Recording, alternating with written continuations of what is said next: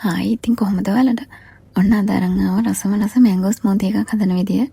ඉතින් අනිවාර්යෙන් ඔයාලත් මේ වීඩියෝ එක බලන්න. මම මෙන්න මේ වගේ සාමාන්‍ය ප්‍රමාණයේ අඹ ගෙඩියක් තමයි ගත්තේ. මේ අඹ ගෙඩියෙන් දෙන්නෙකුට ඇති වෙන්න මැංගෝ ස්මූති හදා ගන්න පුළුවන්. මම මුලින්ම මෙන්න මේ විදියට අඹ ගෙඩියේ හොඳට පොතු ඉවත් කරගන්නවා. ඊට පස්සේ ඉතින් තියෙන්නේ පොඩි පොඩි කෑලි වල කපා ගන්න. ඔයා මේක පරිස්සමින් කරගන්න.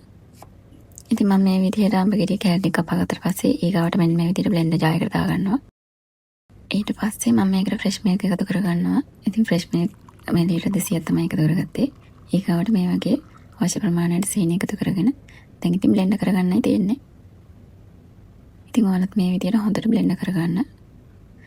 ඉතින් විනාඩි 4ක් විතර බ්ලෙන්ඩ් කරගත්තට පස්සේ මෙන්න මේ වගේ රස මැංගෝ ස්මූති එකක් හදා ගන්න පුළුවන්. ඉතින් මේකේ රස ගොඩක් වැඩි වෙන්න ඔයාලට අයිස් කැටරි එකත් එකතු කරගන්න පුළුවන්. ඔන්න දැන් ඉතින් රස බලන්නයි තියෙන්නේ.